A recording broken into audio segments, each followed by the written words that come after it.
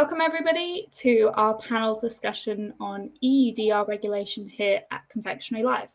My name is Caitlin and I am the editor of International Confectionery magazine.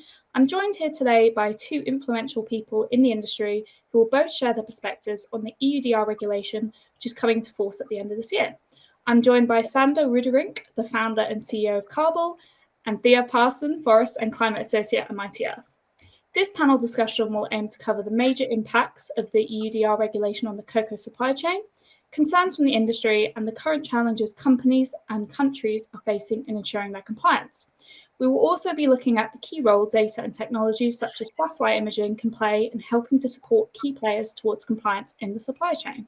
So before we get started, Thea and then Sander, could you please introduce yourselves here today? Sure, thanks Caitlin, and thank you to Confectionery Live for having me. It's great to be here. My name's Thea Parson. I'm the Climate and Forest Associate at Mighty Earth, where I work on research and campaigns to end deforestation and other environmental and human rights violations in agricultural supply chains. That includes the cocoa industry. And then at Mighty Earth, we also focus on other agricultural industries, including palm oil, rubber, cocoa, soy for animal feed, heavy metals, minerals, and the extractive industries.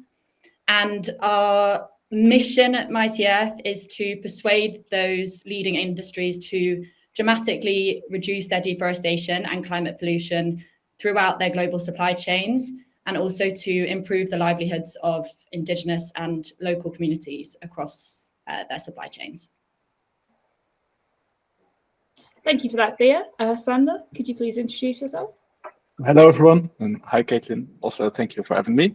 My name is Sander. I'm the co-founder and CEO of a technology company called Carble. Before that, I spent 15 years in the coffee trade, first as a trader and later as a commercial director for a trading company. And although I totally loved my work, I became more and more frustrated over years with two factors. The first one being the environmental impact of coffee and cocoa on the climate, mainly due to deforestation. And secondly, the fact that it's still impossible for small-scale farmers in coffee and cocoa to provide a decent standard of living for their families. So to unite my love for the commodities and the communities on one hand with the values that I hold dear on the other hand, I decided to work on Carble. And with Carble, we help coffee and cocoa companies measure, model, and mitigate their emissions, starting with deforestation. Thank you both for introducing that. Before we get started, or before we delve into the EUDR regulation and what it means more specifically for companies operating in the cocoa sector, I wanted to ask you, Thea, what do you think have been the main forces behind driving this regulation and bringing it forward? I think the short answer to that question is that forests are extremely important, and sadly, they're disappearing at a really alarming rate across the whole world. And then together with the fact that the European Union is a big consumer of a lot of these forest products, it's driven this landmark regulation.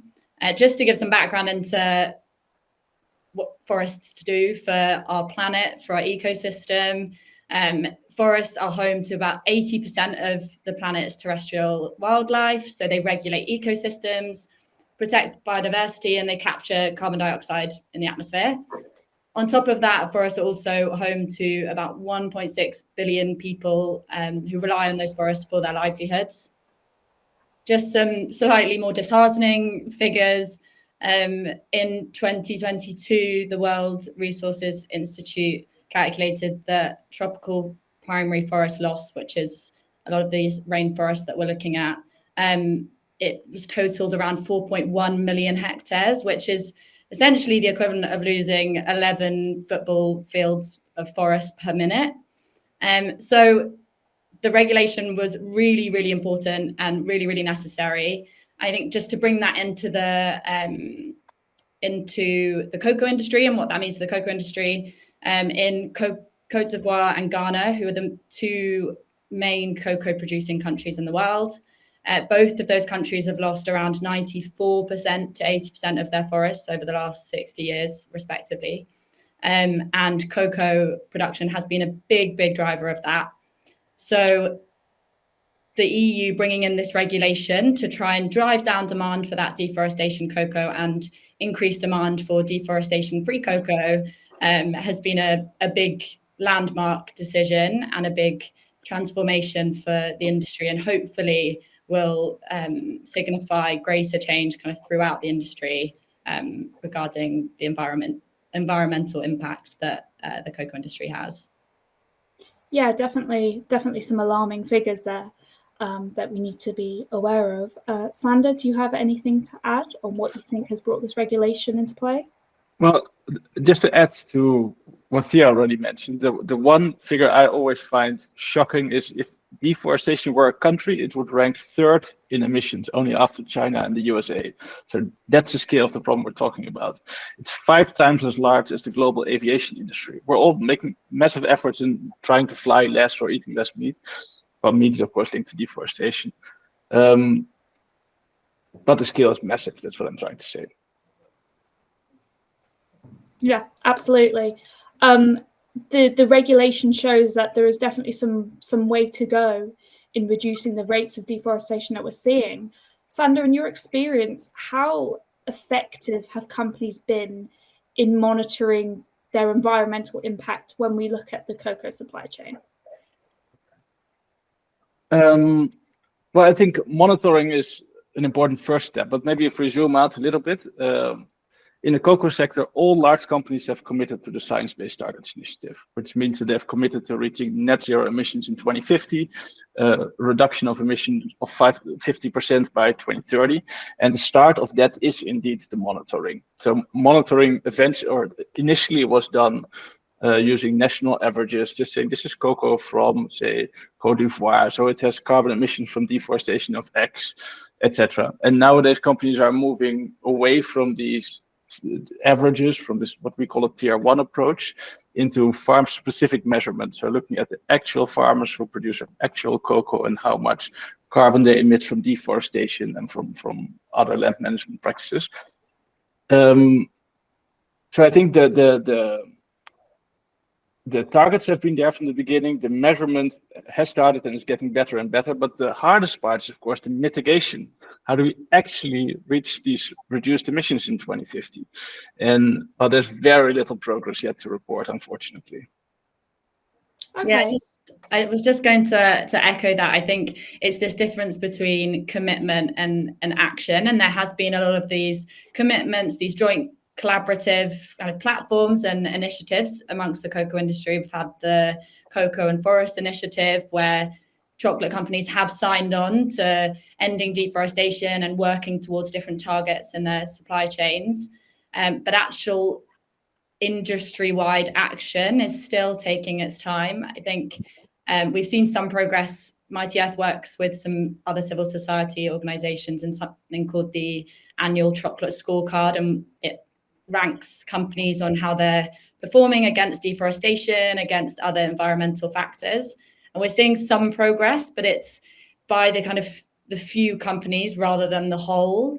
And I know we'll go into that during this session, but hopefully the EUDR will really help to make it not just the few companies that are doing this monitoring, but the whole company industry-wide approach.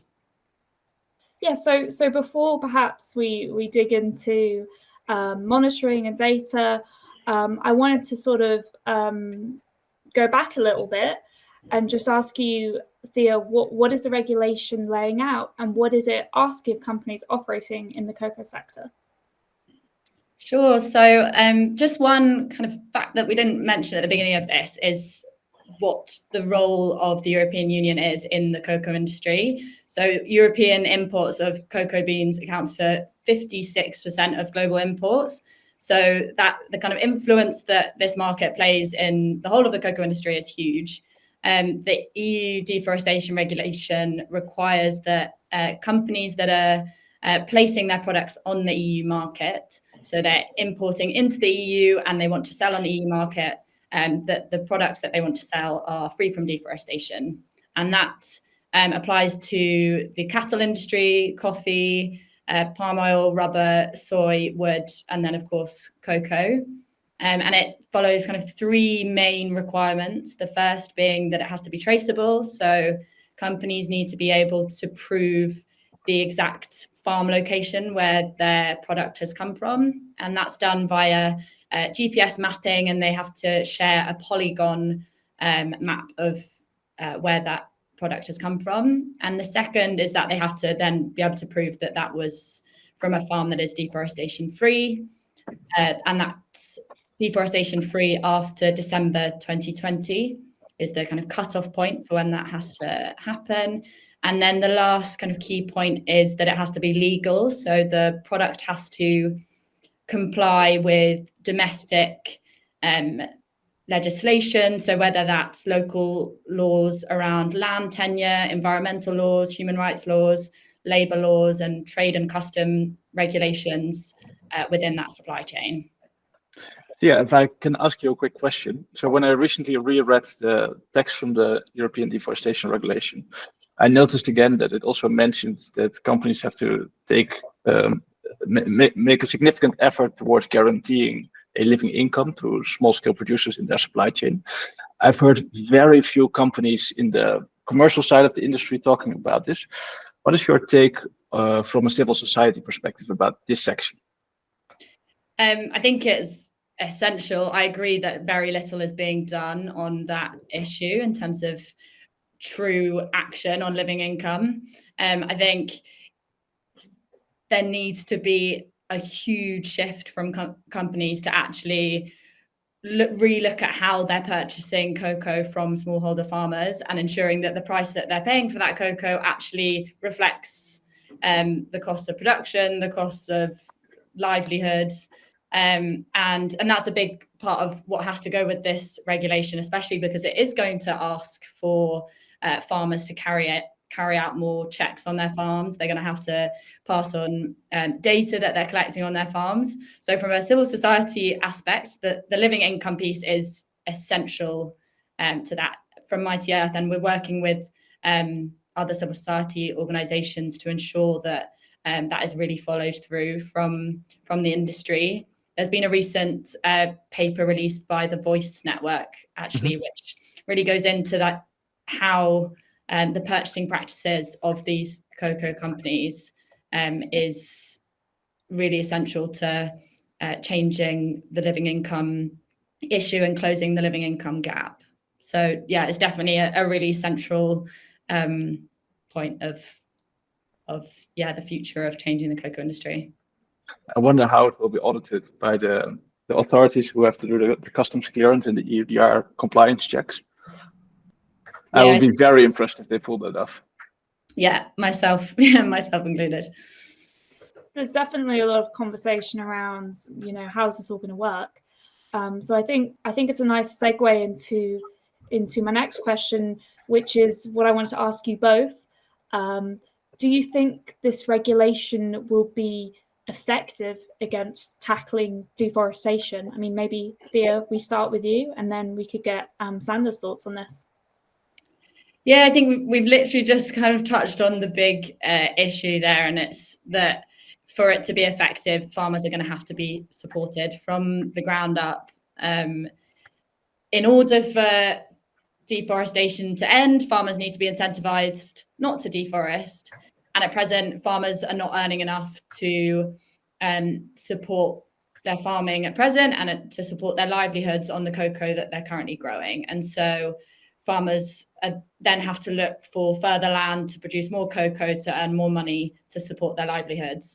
And that's not a sustainable way of the industry working. It's not a sustainable way to be a cocoa farmer either. And so if we truly want to stop deforestation, then this regulation does need to be accompanied by concrete actions by cocoa companies to assist those farmers in collecting that data, remunerating those farmers for the data that they'll be sharing, and also financially remunerating them for the work that they're doing on a daily basis. I think there are other kind of gaps and clarifications which perhaps we can discuss after this in the regulation in terms of that ownership of data and in terms of land ownership. But Sander, I'll let you jump in on your thoughts. So to to add to your points, I'm actually most excited about what I expect to be one of the side effects from this regulation, which is that the cocoa industry will have to move from a mass balance approach to full traceability. Mass balance being a company purchases cocoa beans without traceability, and maybe they do a sustainability project to improve good agricultural practice somewhere that could just as well be outside of their supply chain. So previously, companies had very little traceability data. And nowadays, with the EU deforestation regulation, everybody is collecting traceability data of farm polygons, which will give us opportunities to work on a lot of other aspects of sustainability. For example, rewarding farmers for reducing their emissions from land management or other sustainability projects. So I'm actually really excited that we're moving towards full traceability, thanks to the EUDR. I think it's quite a positive note that you've taken, discussing the opportunities. I just wanted to. Sorry to interrupt, but there are already enough people complaining about the EUDR. So I think there are also a lot of positive aspects, and let me be the person to highlight these. It's definitely true, and it is. I think, as has been mentioned before, it was a landmark kind of regulation. It is a huge step in the right direction for the industry, and I don't think, definitely not denying that. But at the same time, a reminder for how companies need to support farmers at the same time. Definitely, and Thea, you mentioned something that I wanted to touch upon, which is clarifying things. Is there anything in the regulation that you think might need further clarification for people in the cocoa sector, including farmers, as you've mentioned? There is, and I think this might be something where Sander can provide some more clarity as well. Actually, I think from the kind of the data perspective, but there is this question around this data is going to have to be collected from farmers about their farms, and it's going to have to be shared with their suppliers and then shared with the EU and the competent authorities. And it's how is that data going to be owned? Will farmers own it? Will the cocoa companies that supply that buy that cocoa, will they have ownership of the data, and how will farmers be remunerated?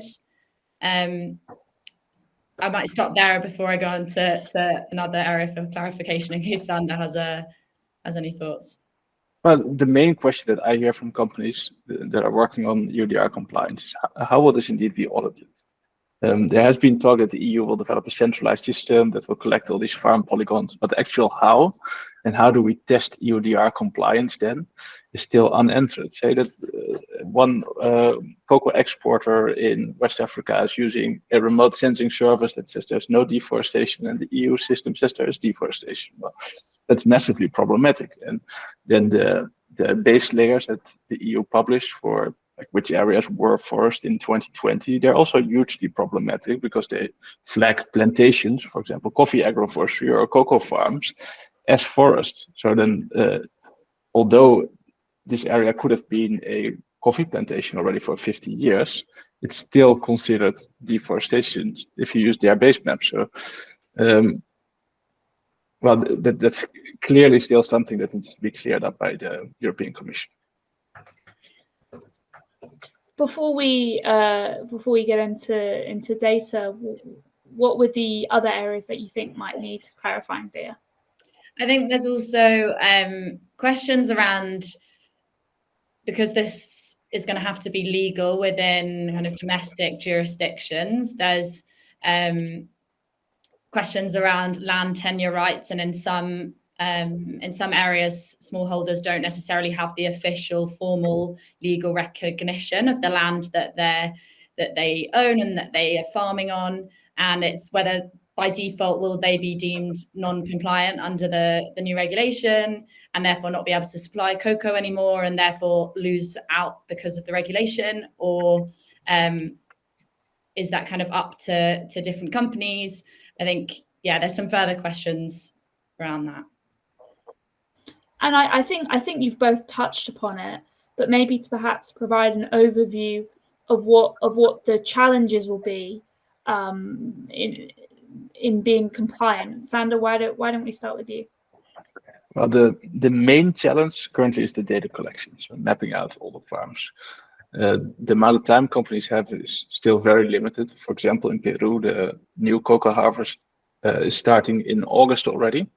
And of course, before these companies purchase cocoa from all these smallholders, they want to know if they're compliant. And some companies were way ahead of the industry and started collecting GPS polygons already from years ago.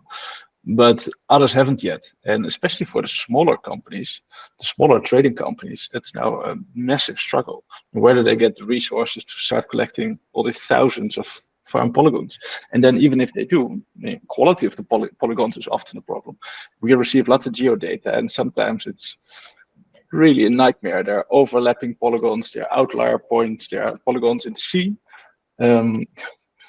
Of course, companies also don't yet have the expertise to collect the data in a good way. It's all new for everybody. So basically, everybody that I spoke to asked this question, like, what are the main challenges? Please give us more time. Thea, do you have anything to add on that point? Yeah, I think just expanding on that a lot of companies, I think also in West Africa and Cote d'Ivoire and Ghana, there are companies that do have visibility of their direct supply chain. So they do know specific farms that their cocoa comes from, but a lot of their cocoa sourcing is coming from indirect supply chains, and they are supplying cocoa through other traders and other indirect supply chains, and they don't have visibility of that at the moment. And that is going to be a real kind of, I think there is a big rush and panic to try and to fix that gap in visibility at the moment. I think just another challenge, I guess, in ensuring compliance from the authorities level is that there will need to be enforcement of this regulation. And at the moment, again, I think people are asking for more time to implement those correct authoritative bodies within each country, within the producing countries, and importing countries to do the checks on those shipments and to check that these companies are being compliant. Would you agree? Would both of you agree with this industry response that there needed to be more time before the regulation came into play? Yeah, I think it's fair. I mean, I don't want to downplay the urgency of stopping deforestation, but maybe a year more time or so would have already made a massive difference for the industry. I think at the same time that urgency does really push companies to have to make quick changes. I think, obviously then that's making sure that people aren't left behind and that smallholder farmers aren't left behind in this transition. But the urgency does at the same time push for change rather than waiting around to do it in another year's time and having the same rush. Yeah, that's totally fair. Now, one risk that I see, and which I heard a lot of companies talk about, is that some origins will be left behind other origins. It's maybe less for cocoa than for coffee, because cocoa is of course very centralized in 2 countries. But in the coffee sector, everybody knows that Brazil and Vietnam will be able to produce the geolocations, but countries that are less used to providing this type of traceability data, or that have smaller farms in general, or less accessible terrains, these will really struggle. And it's possible that importing companies will move their sourcing away from these countries towards Brazil and Vietnam. So we've touched upon the challenges and the industry response, but also this consensus. There seems to be that the urgency could really help with encouraging greater traceability and reducing deforestation rates, which is, of course, as you mentioned, they're very impactful, a landmark move. I wanted to move on to satellite technology. It's something I'm sure you're both familiar with when using it to monitor deforestation. I want to start with you, Thea. Do you think satellite technology has been an effective tool for monitoring deforestation? It definitely is. I mean, having traceability, having visibility of where you're sourcing your product from, whether it's cocoa, whether it's palm oil, whether it's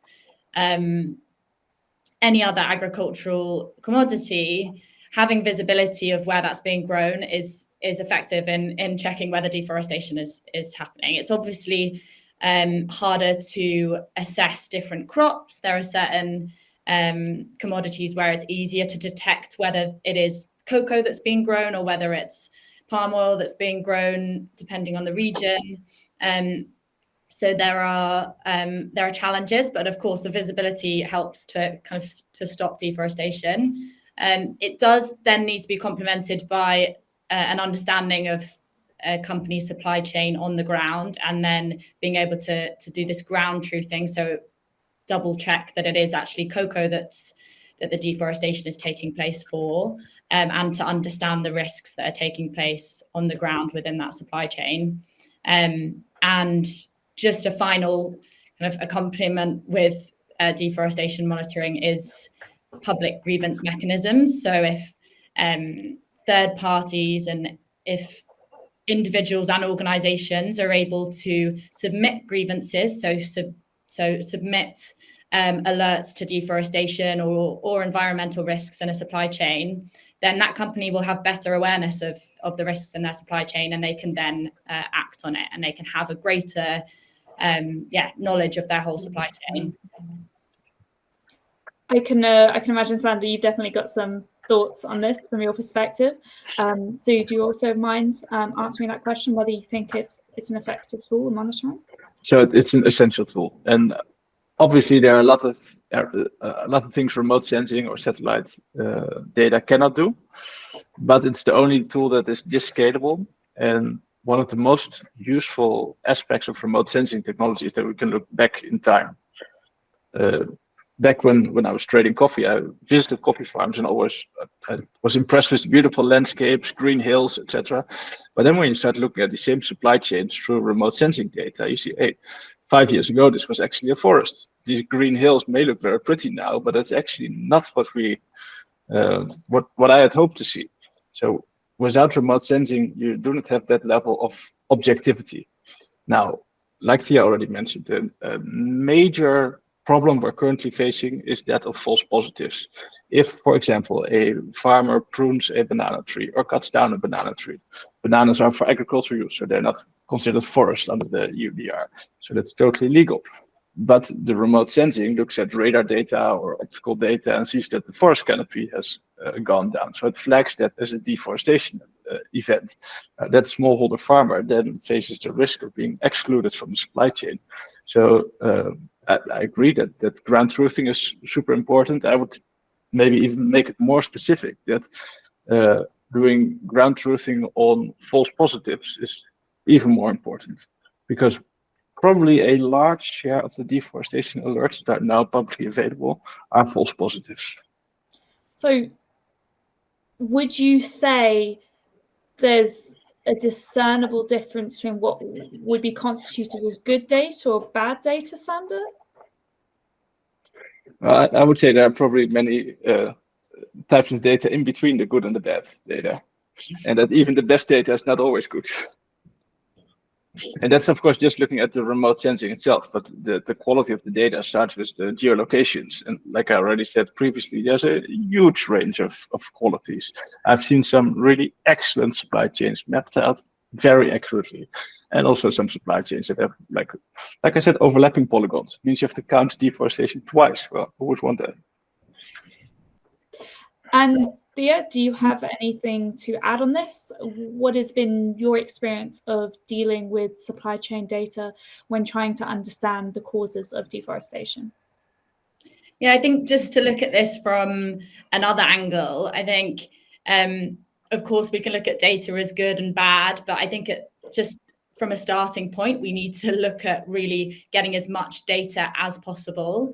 And for companies to try and get that full picture of their supply chain, and then to be transparently sharing it. Mighty Earth has put together these cocoa accountability maps just as a kind of starting point for us to analyze deforestation in cocoa supply chains and risks to deforestation.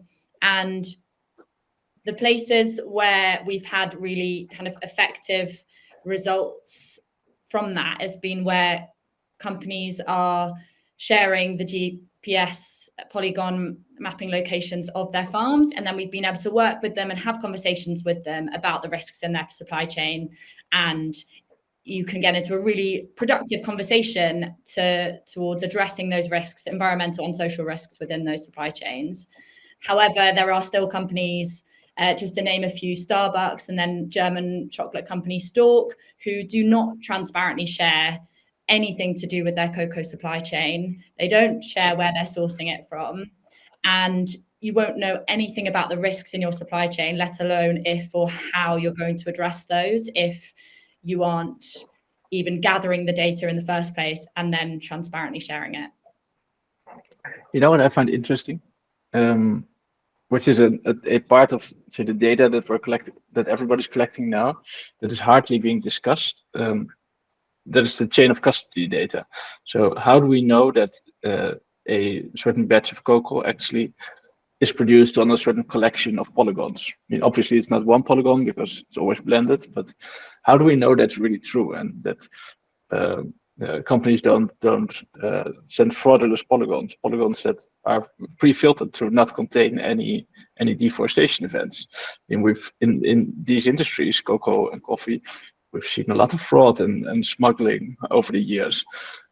For coffee, it was well known that coffee from Ecuador was moved to Peru because it got a higher price there, Peru to Colombia and Colombia to Jamaica. So how do we prevent it? And actually, I spoke to an auditor from one of the big 5 accountancy firms last week, and he mentioned that he expected that the customs bodies would start auditing chain of custody data as well, which was new for me. So I think that will be one of the most interesting sides of this entire data discussion that we're going to see. Definitely. So it's sort of what I'm hearing from you both is, although there are definitely challenges in picking apart what the data means, the more data is still better than having none at all. Totally. All right. Well, thank you both. That is all we have time for today. Thank you for being a part of this year's Confectionery Lab panel discussion. And I really hope that some of the thoughts you shared today will help in sparking further discussions into how we can look at tackling deforestation and other issues in the cocoa sector. So thank you so much for joining me. Thank you, Caitlin and Thea. Thanks for having us.